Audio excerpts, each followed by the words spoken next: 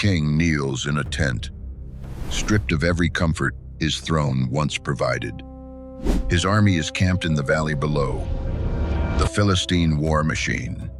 A coalition so vast its torches stretch to the horizon is already positioned on the hills above them.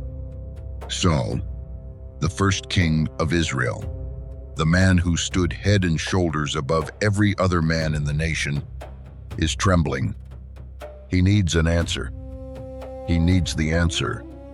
So he does what every Israelite commander has done before a battle of this magnitude. He reaches for the oracle. He calls for his priests. He demands the sacred stones. And God says nothing. Not a whisper. Not a direction. Not even a warning. The stones that once lit up the destiny of nations, the same instrument that exposed a hidden thief, selected a king, and authorized the bloodiest military campaigns in Israel's history, have gone completely, terrifyingly, irreversibly silent. This is not a story about magic. This is not a story about fortune-telling. This is the story of a covenantal communication system so precise, so theologically loaded, and so physically real that it was sewn directly into the garments of the most important man in ancient Israel. And tonight, for King Saul, it has returned a verdict. Not silence as an absence, silence as an answer. But before we reach that tent, we must first understand what was inside the pouch. Stand at the entrance of the tabernacle. It is morning, and the desert sun is already vicious. The curtain before you is blue, purple, and scarlet, woven linen so fine that it seems to shimmer in the heat. And walking toward the altar, robed in layers of sacred textile, is the high priest. His outermost garment is the ephod, a heavy, sleeveless vestment woven from the same blue, purple, and scarlet linen, interlaced with hammered gold thread. The weight of it is significant. This is not a decorative robe. This is a functional, theological uniform. On each shoulder, mounted in gold settings, are 2 onyx stones engraved with the names of the 12 tribes of Israel. 6 names per stone. The high priest literally carries the nation on his shoulders. But it is what rests over his chest that commands our attention today. The Choshen Mishpat. Translated, the Breastplate of Judgment. Exodus 28 describes it in meticulous, almost obsessive detail. It is a square, a span in length, a span in width, folded double to form a pouch. Into its face are set 12 precious stones, arranged in 4 rows of 3: ruby, topaz, beryl, turquoise, sapphire, emerald, jacinth, agate, amethyst, chrysolite, onyx, jasper. Each stone is engraved with the name of one of the 12 tribes. The high priest does not merely represent the nation before God. He wears the nation before God. The breastplate is attached to the ephod by gold rings and blue cord so that it does not swing loose from the body. It sits directly over the heart. And inside the fold of that doubled linen, inside the dark, hidden pouch behind the 12 blazing gemstones, are 2 objects: the Urim and the Thummim. Their exact physical form is one of the most debated questions in all of biblical archaeology. The Hebrew is precise in its meaning, but frustratingly silent on physical description. Urim, from the root or, means lights. Thummim, from the root tam, means perfections or completeness. The Septuagint, the ancient Greek translation of the Hebrew scriptures, renders these terms as doulosis and aletheia, revelation and truth. This was God's binary communication device. Lights and perfections, revelation and truth. And God himself commanded Moses to put them there. Exodus 28:30. Also put the Urim and the Thummim in the breastpiece, so they may be over Aaron's heart whenever he enters the presence of the Lord. The dominant scholarly theory, drawn from comparative ancient Near Eastern practices, suggests the Urim and Thummim were two flat stones or lots, possibly inscribed, possibly with contrasting surfaces. When the high priest reached into the pouch and drew one, or when they were cast, the result was interpreted as a divine binary, yes or no, guilty or innocent, this tribe or that one. Other scholars propose they functioned as a set, both stones drawn simultaneously, their combination producing a third possible response, silence, indicating God's refusal to answer. What is not debatable is their function. The text is unambiguous. They were Israel's designated instrument for receiving direct, authoritative divine guidance on matters too weighty for human judgment alone. They were not a suggestion. They were not a probability. They were the answer. Understand what it means to hold that kind of instrument in a world of war. Israel is not a modern democracy with intelligence agencies, satellite reconnaissance, and strategic advisors. Israel is a covenant nation surrounded by militarized enemies, operating in a world where every military decision carries existential weight. Should we attack the Philistines at Gibeah? Which tribe leads the assault against Benjamin? Is this man guilty or innocent? Who among us has broken the covenant and brought disaster on the camp? The Urim and Thummim were deployed for all of these questions, and they answered with the authority of God himself.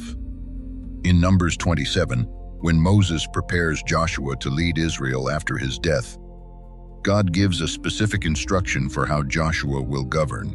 He is to stand before Eleazar the priest, who will obtain decisions for him by inquiring of the Urim before the Lord. This is not optional spiritual counsel. This is the constitutional framework of theocratic governance. The commander of Israel's armies does not move without the oracle. Consider the weight of that moment when Joshua stood before Eleazar. The sand is hot underfoot. Thousands of Israelites watch. Eleazar reaches into the pouch, and out comes not a general's strategy, not a prophet's vision, but a small, smooth, definitive stone, and the nation moves. In Joshua 7, the oracle is turned inward, and it becomes a courtroom. Israel has just been humiliated in battle at Ai. God has told Joshua the reason. Someone in the camp has stolen from the devoted things at Jericho. Now the oracle must find him. Tribe by tribe, clan by clan, family by family, man by man. The Urim and Thummim narrow the field. The net tightens, and it closes on Achan, son of Carmi, of the tribe of Judah. There is no defense. There is no appeal. The oracle has spoken. Achan confesses, and Israel stones him in the valley of Achor. This is the instrument's terrible impartiality. It strikes even harder in 1 Samuel 14. Jonathan, the king's own son, has just won a miraculous single-handed victory against the Philistines, an act of audacious faith that electrified the entire Israelite army. But Saul has made a rash oath: no one eats until evening. Jonathan, unaware of the oath, tastes honey from a stick. When the oracle reveals the violation, Saul does not hesitate. God, do so to me and more also. You shall surely die. Jonathan, his own son, The oracle has rendered a verdict, and the king, in that moment, is bound by it. Only the intervention of the army saves Jonathan's life. The Urim and Thummim were not ceremonial. They were operational. They were the nerve center of Israel's national decision-making apparatus. And the high priest who carried them over his heart bore a weight that no modern office can replicate. Every time he reached into that pouch, the fate of soldiers, kings, and entire campaigns rested on what came out. Here is the theological architecture that most documentaries miss entirely. The Urim and Thummim were not magical. They possessed no inherent power. They were stones, or lots, made of material that the earth itself provides in abundance. What made them function was not their composition. It was their context. They operated within a living, active covenant between the God of Israel and his consecrated people. This is the single most important sentence in this entire documentary. The oracle required a covenant to work. God communicated through the Urim and Thummim because Israel was in covenantal relationship with him. The high priest was ritually consecrated and morally qualified to stand before him, and the inquirer was operating in faith and submission to divine authority. Remove any one of those three conditions, and you no longer have a communication channel. You have two stones in a pouch. This is not speculation. The biblical text maps this precisely. In 1 Samuel 28-6, describing Saul's crisis the night before his final battle, he inquired of the Lord, but the Lord did not answer him by dreams or Urim or prophets. 3 channels, all 3 dark, simultaneously. This is not coincidence. This is systematic covenantal withdrawal. And why? Because Saul has spent his entire reign systematically dismantling the covenant infrastructure. He massacred the priests at Nob, 85 men who wore the linen ephod, slaughtered in a single day by his command, 1 Samuel 22. He had already been told by Samuel that his kingdom was forfeit, that God had rejected him as king because he had rejected the word of the Lord, 1 Samuel 15:23. He expelled the mediums and spiritists from the land in technical obedience to Torah, while simultaneously and catastrophically disobeying the direct commands that actually mattered. The silence of the Urim and Thummim on that final night was not a system malfunction. It was the covenant's final, formal, audible, or rather, inaudible, verdict. Now witness what a man does when God goes silent. Saul, in a panic that defies all logic, immediately does the one thing he himself had criminalized. He seeks out a medium. He travels by night to En-dor, disguised, terrified, completely unraveling, and he asks a witch to summon the dead. He asks for Samuel, and Samuel comes. And what does the dead prophet say to the desperate king? Not comfort, not a strategy, not a second chance. Samuel says, "Why do you consult me, now that the Lord has departed from you and become your enemy?" 1 Samuel 28-16. The psychological horror of that moment is almost unbearable to contemplate. Saul has burned every bridge. He murdered the priesthood. He defied the prophet. He ignored the covenant. He has now, in his final hours, committed the most extreme violation of Torah possible, consulting the dead. And the message he receives from the grave is not new information. It is the same verdict the silent stones already delivered. God is not here. Saul collapses, full length on the ground. His strength is gone. He has not eaten all day and night. The woman of En-dor, the witch he came to use, ends up feeding him. This man, who was once the tallest, most commanding figure in all of Israel, anointed by God's own prophet, given every advantage a king could possess, is lying on the dirt floor of a witch's house, eating bread she baked for him, waiting for the dawn that will end his life. The stones did not cause his destruction. They simply confirmed what his own choices had already decided. The silence of Saul is a warning, but it is also a signpost. Because the story of the Urim and Thummim does not end with Saul's body on the battlefield at Gilboa.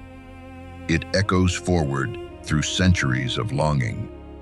When the exiles returned from Babylon and sought to rebuild the community of Israel, Ezra records a haunting administrative note about certain priests whose genealogical records had been lost. They were excluded from the priesthood until a priest arose to minister with the Urim and Thummim, Ezra 2-63. The second temple was rebuilt. The altar was restored. The sacrifices resumed. But the Urim and Thummim, the oracle, never returned to the breastplate of the second temple high priest. The pouch remained empty. Israel was waiting. The rabbinical tradition acknowledged this plainly. The Talmud lists the Urim and Thummim among the 5 things present in the first temple that were absent from the second.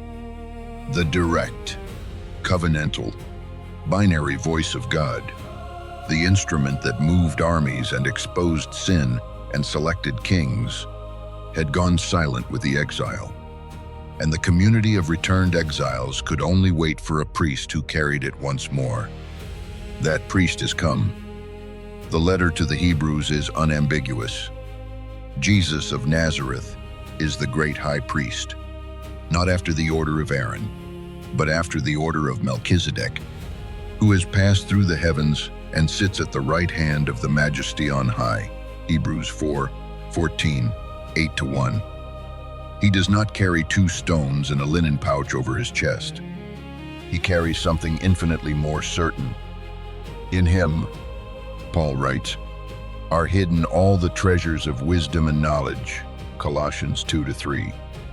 And in him, every promise of God, every answer the covenant ever offered, is yes and amen. 2 Corinthians 1:20. The oracle did not go silent forever. It became a person. Saul reached into the silence and found his verdict. But the invitation of the gospel is this: every human being who reaches toward this high priest, not in manipulation, not in partial obedience, not in the desperate last-ditch panic of a king who already burned everything down, but in genuine, surrendered, covenant faith, will never, not once, receive silence. The stones in the pouch are gone, but the priest who wears the breastplate is alive, and he still answers.